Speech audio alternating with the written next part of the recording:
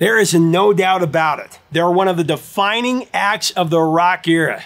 Their catalog is filled with essential entries in the rock canon. Today, we're telling the start to finish story of a band who rose to prominence in the 70s. Then they fell from grace in the early 80s. Then they put together one of the greatest comebacks of the neon decade ever. We're going to do this via 5 vital tracks that capture what this band is all about, the evolution of this band. There's plenty of drama and epic moments along the way. From chasing their breakout hit, to fighting sleazy promoters, to hitting one of the most badass notes of all time. Plus, we're going to do all this. We're going to look at all 5 of these songs from the singer's perspective. The singer is with us.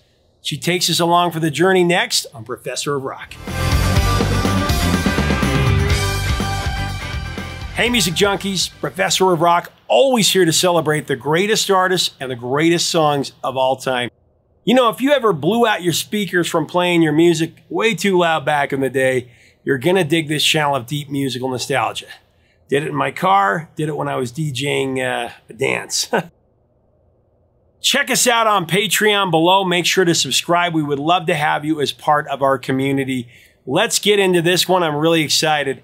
It's time for another episode of our series, Evolution. I'm really starting to like this series because it shows the whole story of a band. On this show, we tell the story of a band's career using just 5 defining tracks. It's very hard to come up with this. These may not be a band's most popular songs. They may not even be my personal favorites, but each song will take you from the beginning to the end of a band's journey and showcase the evolution of their sound and their artistic direction. For today's episode, I am elated to tell the story of one of my favorite bands ever, talking about Heart, with particular emphasis on the powerhouse sister duo of Ann and Nancy Wilson. Let's get right into it. The incredible journey of Heart goes back to the 60s when Seattle-based brothers Roger and Mike Fisher and friend Steve Fossen formed a band called The Army. Cutting their teeth around the Seattle area, the band would go through multiple lineup and name changes, for that matter, in these formative years. There was White Heart, there was Hocus Pocus.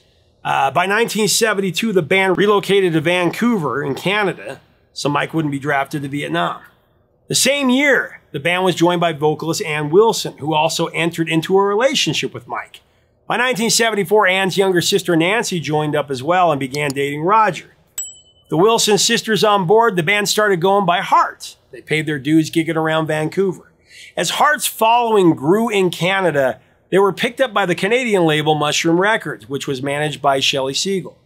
When Heart issued their debut album, Dreamboat Annie, the band's lineup consisted of the Wilson sisters, Roger Fisher and Howard Reese on guitar, Steve Fossen on bass, and Mike DeRozier on drums. The Dreamboat Annie was released in September of 1975, and it sold 30,000 copies in Canada within its first few months. Pretty good. But in the US, it was a different story altogether. Nancy Wilson would actually talk about this, and I quote, she'd say, "Though we were stars in Canada, the United States, that was a tough nut for us to crack.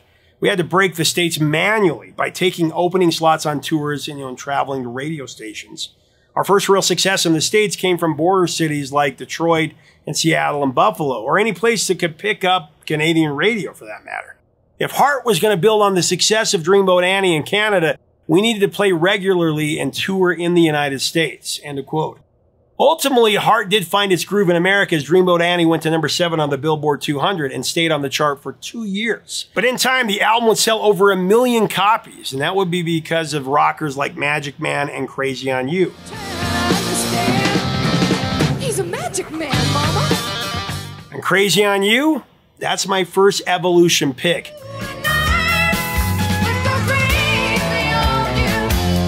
Crazy on You was Heart's first single in America, but it first got noticed in Canada. The song received airplay on the Montreal radio station CHOM as Heart toured Canada in late '75. Crazy on You gained momentum there. When they toured the United States in '76, Mushroom promoted Crazy on You in the areas where they were touring, but could do little more than that because it was a small label. The song had a lot of local success around the country, but in the absence of a national campaign, Crazy on You peaked at number 35 in the US in June of '76. But as you know, This song is so much bigger than its chart position. It's gone on to become an essential entry in Heart's catalog and really part of the classic rock canon.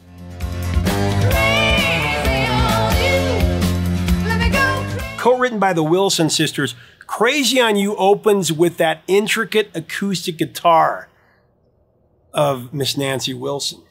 She plays for 45 seconds before Roger Fisher cranks up the electric guitar, and then shortly after, Ann is on the mic going crazy on us with her otherworldly vocals. One of the greatest singers of all time, in my opinion. Greatest female rock singer for me.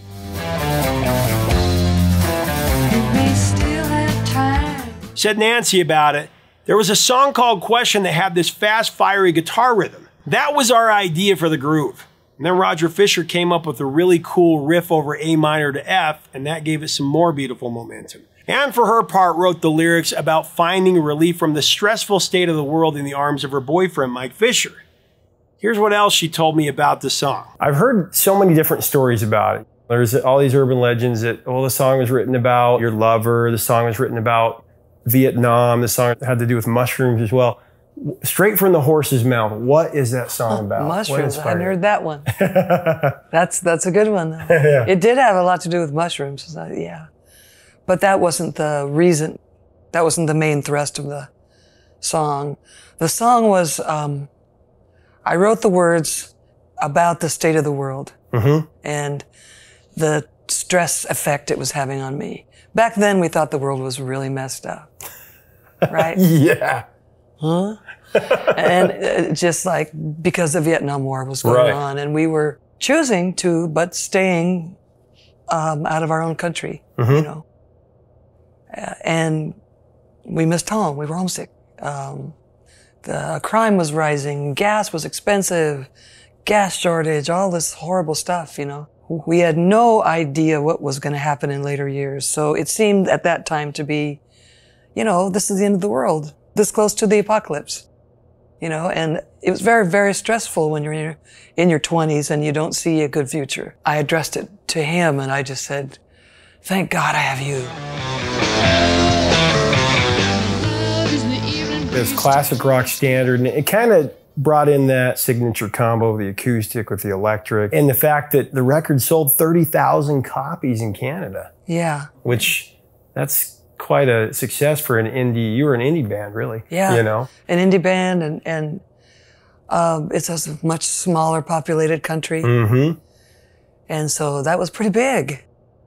And we worked it hard. Mushroom Records had no great big distribution thing in place. And, you know, it wasn't until we were able to get back down to the States and get on a larger label that things really got into the millions, you know. But that was a real good start. It was absolutely. It was a great launch. But it was the triple platinum Little Queen that would go down in history, thanks in no small part to its savage lead single, Barracuda. That's my next Evolution track, our second one.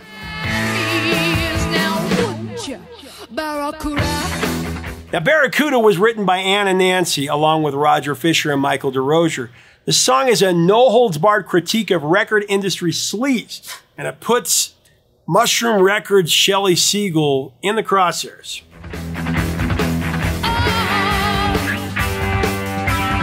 The Wilsons have stated in multiple interviews that Barracuda spawned from Heart's anger over an advertisement Mushroom created implying that Ann and Nancy were having a love affair. Just an absolutely sickening inference. I want Ann to be able to set the record straight on this one. Here's what she said about it. Some say it was a promoter, some say it was a reporter that backstage asked you about the picture and made a horrible sexist statement. Inference, yeah. And then that influenced Barracuda. Yeah, let's talk about that. Yeah, there's so much opportunity for urban myth and rumor and everything. And now you introduce women into the picture, and that makes, you know, makes the pot even richer. Here we are backstage, we're opening up for the Kinks in Detroit. And we just had done our set, and so, as with most opening bands on the way up, after your set, your dressing room is just full of people, you know. Back then they called them rack jobbers. And, you know, guys whose job it was to glad hand and meet you. Exactly, and you say hi to them so that they have will to go out, the instinct, and then they're behind you. So I was talking to this one guy, and he said to me, "So how's your love life going? How's your lover?" And I thought he was referring to my man, my boyfriend. And I said, "Oh, he's fine. Oh, everything's great. No. You and your sister. You know what I'm talking about. You and your sister. Oh, geez. And by today's standards, that's not such a shocking, insulting thing. Incestuous lesbianism. But for back then, it made me livid because I love my sister, and we were purists, and we were almost missionary in our artistry zeal. We wanted to go out there and say our words and be taken seriously. Yeah. Not just seen as a couple of lesbian sisters, like fun to watch. Yeah. And so that pissed me off. I was honestly made really angry by that. So I went back to the hotel and wrote the words to Barracuda. And it was the first moment, too, I think I realized what kind of business we were in. The biggest accomplishment for me, and I think Nancy would say the same thing, is just keeping a hold of ourselves. Because the whole thing of, do you have #1 hits? Do you not have #1 hits? What do you look like? Who are you? What do you sound like? Are you popular? Or are you relevant? All that stuff can really stir up your mind, stir up your soul. If you can keep a hold of yourself, then I'd say that's an accomplishment. All right, so we had a pair of kick-ass rockers for our first 2 Evolution tracks. But for our next selection, I'm going to showcase Heart's softer side. Truly, one of the most beautiful, poignant ballads of the 70s, with Dog and Butterfly from Heart's album of the same name. See the dog and butterfly. Released in September of 1978, the Dog and Butterfly LP was Heart's 4th release in 3 years. It would go on to become their 2nd multi-platinum album in the US. In the song, Anne tells the story of an old man who imparts wisdom, asking her to watch a dog chasing a butterfly. The dog will never catch it because, it can't fly, but it keeps on trying. When the dog fails, instead of becoming dejected, it simply rolls around on the ground and laughs at the sky. Ann Wilson got the idea for the lyric when she actually saw her own dog chasing a butterfly. And I'll have her tell you the story in a second. Really cool. Dog and butterfly. So get this, Nancy believes that Dog and Butterfly captures the essence of Ann Wilson. It's a really cool quote. She said, "It really represents her curiosity with all things spiritual, in the Yoda sort of way. She's always had this propensity, I guess, to look for the wise old man. I think that's exactly who Anne was and still is. It's got this beautiful romantic spiritual statement to it. If you keep trying for your dream, don't stop trying. You might be the dog trying to catch a butterfly, and you have to keep trying even if you don't catch it." Now that was Nancy's take. Here's what Anne said about it. Well, it started really simply, of course, with just me seeing a sight, which sometimes that's how I get an idea for a song, is I just see something and it goes, hey. And in this case, I was looking out the window in my music room one day and my dog was chasing after butterflies. Never gonna catch these things. Never, ever. But my dog showed this sense of purpose and also playfulness. And she went after and after and after and wouldn't stop and wouldn't stop. And it didn't take long for me to go all metaphoric with it, I just thought, well, that's kind of how I am with love, and that's how I am with music and trying to find ideas for songs. Sometimes they're really elusive. And but if you keep on and keep on, if you're patient, Right. Well, my dog never did catch a butterfly, but I kind of came up with a quatrain or something for the song about opposition and just staying the course. And chasing after that dream, and no matter what. realizing balance, that you do have it. When you have balance, you do have the thing. You are it. She don't know why. Dog and butterfly.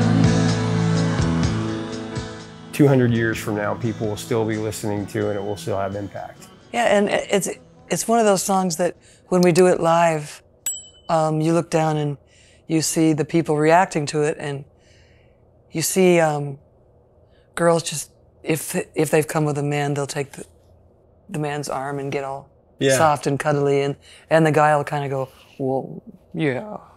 Yeah, I guess I kind of like this too. Yeah. Well, almost 40 years later, I mean, you look back at that song and go, that's one of those songs I'm sure as a writer and as a singer, you look back and go, that was a good day.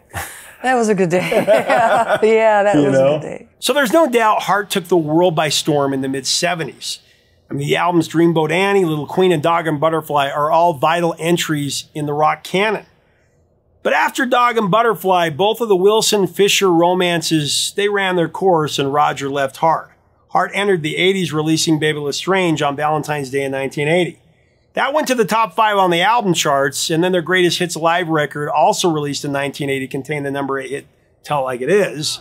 Tell it like it is. However, the musical landscape was changing with the rise of MTV, and there was the popularity of synthesizers, new wave, punk had come and gone. And Heart, who had been at the forefront of rock innovation in the 70s, were starting to slip a little bit. Heart's first few albums of the 80s sold less and less, starting with Baby Lestrange, which was their first record to only go gold.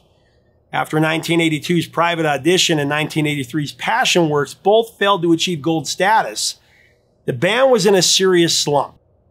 Yeah, I remember that Ann told me there just weren't enough people that believed in their sound in the business. She really thought that her career was over. After being dropped by their label Epic, Heart approached 5 different labels and were rejected by every single one. The only record company that was interested was Capitol.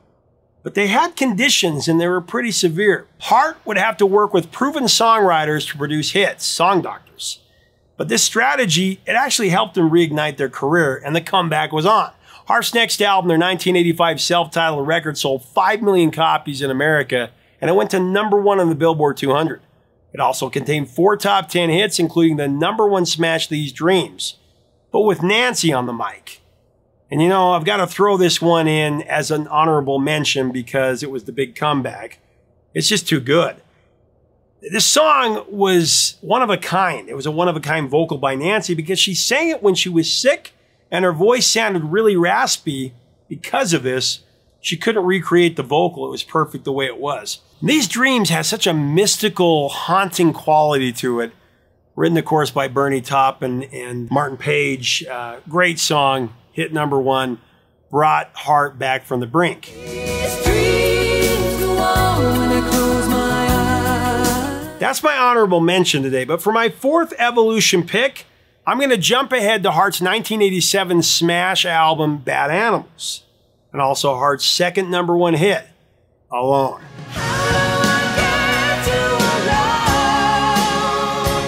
Now, Alone went to the top of the charts for a month. Composed by the hit-making duo of Billy Steinberg and Tom Kelly, I'm talking about these guys a lot lately, this songwriting team previously released Alone in 1983 under the name I-10.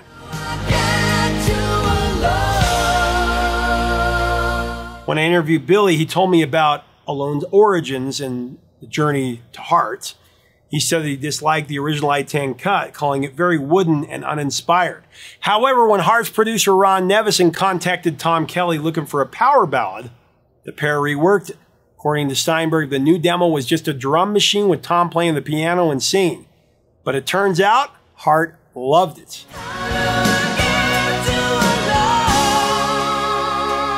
Alone was such an amazing vocal performance by Ann Wilson, highlighted by a heart-wrenching heavenly scream that made every 80s kid hit the rewind button on their Walkman multiple times.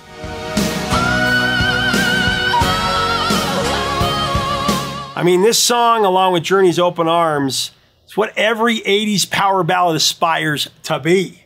Alone, that revived Heart's career for good and became one of the most covered songs from the 80s.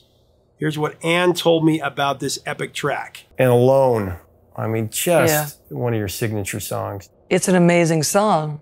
And it's really simple, but it's kind of like zipping open the zipper to your soul. If you're going to sing that song, you can't have anything in reserve. I'm kind of a drama queen. You know, that song was perfect for a drama queen. Yeah. It's so theatrical. It still works live today. We brought it way down small live, but it doesn't matter if it's acoustic or if it's the big 80s overkill thing, you know, it's still, the song calls the shot. After Alone and Bad Animals, Heart broke into the new decade with Brigade. That was in 1990. The record included the #2 Hot 100 single, All I Want to Do Is Make Love to You, a very creepy song that Ann has said is very creepy as well.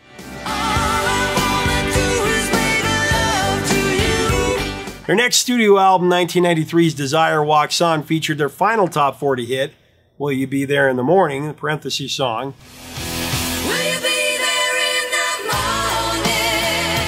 In this era, Ann and Nancy also contributed to Cameron Crowe's single soundtrack as the Lovemongers, covering Led Zeppelin's Battle of Evermore. Cool cover there.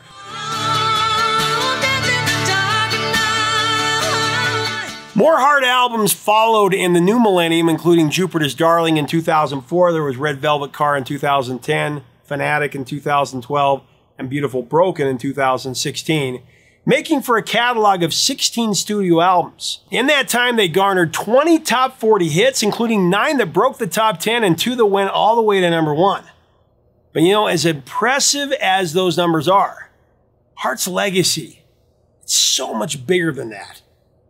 And to really bring this episode of Evolution to a close, I'm highlighting a song that doesn't even feature on a Heart album. It wasn't even written by the band.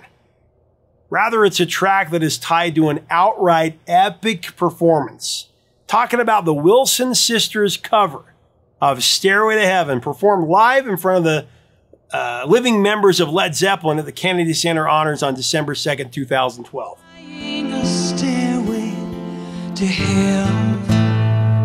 This performance was the perfect love letter to Led Zeppelin, a band that inspired Heart, inspired their ascent to greatness. The 3 surviving members of Led Zeppelin, Robert Plant, Jimmy Page, and John Paul Jones, like I said, they were all there to witness it. And everyone that watched this was dumbstruck as Ann and Nancy took this song to heights nobody could ever have imagined. Supported by an all-star band, including Shane Fontaine on lead guitar and John Bonham's son, Jason, on the drums, and backed by a full choir.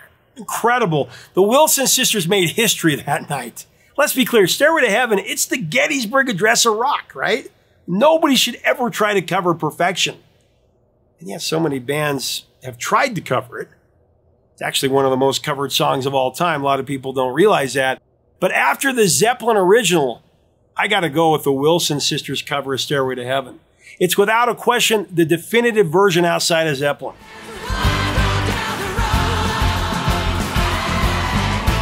It brought a bombastic evolution in their approach to this song that added to its already perfect legacy. How do you add to a perfect legacy? This song. No one could have done this. Stay away. Ann Wilson, she told me about this performance as one of my favorite parts of the interview. Here's what she told me about taking on Led Zeppelin's Opus. I got to ask you about Led Zeppelin, about the Kennedy Honors, because that's I mean, my wife and I have watched that on YouTube probably, I don't know, 15 times.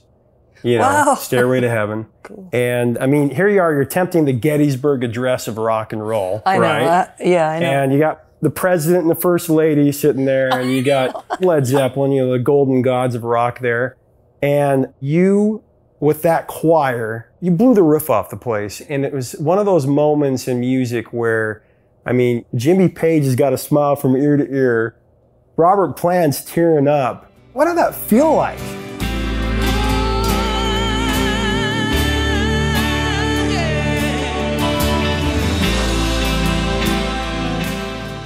Nancy and I were standing behind the curtain right before we walked on to do it. And Nancy started freaking out, like, I'm really nervous. Her eyes got really big. And so we just looked at each other and went, hold this until after, okay? Yeah. Hold this until after the song is over. So then we went out and we did it, and it just kept getting bigger and bigger with the big choir and everything. And I felt really still inside it. At the time, we couldn't see what the Zeppelin guys were doing or feeling or anything. We were too far away. But looking back on it later on YouTube and everything and on TV, we were just like, oh, crap.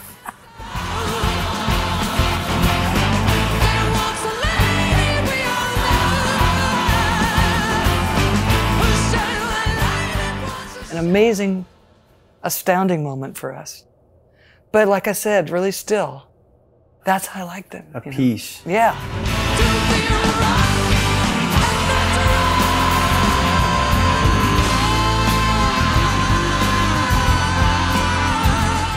Gosh, it's just incredible. I love how that choir comes in and how you Yeah. attack that last part. It's just, it's heaven.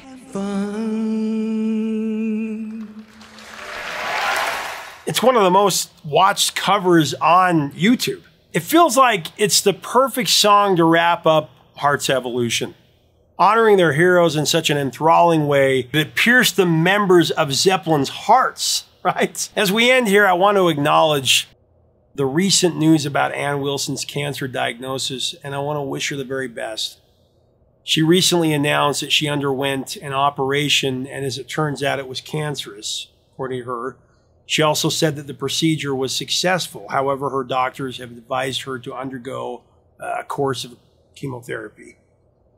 So Ann is going to be taking some time off to attend to her health. And Ann, we all love you. We're praying for you. Thank you for the music, for your example. You've inspired all of us.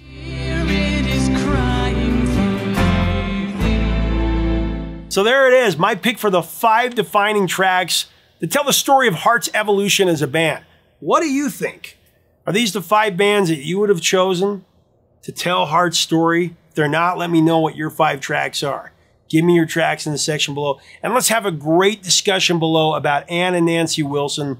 Seriously, one of the greatest rock bands ever to do it. Ann Wilson is the greatest female rock voice ever.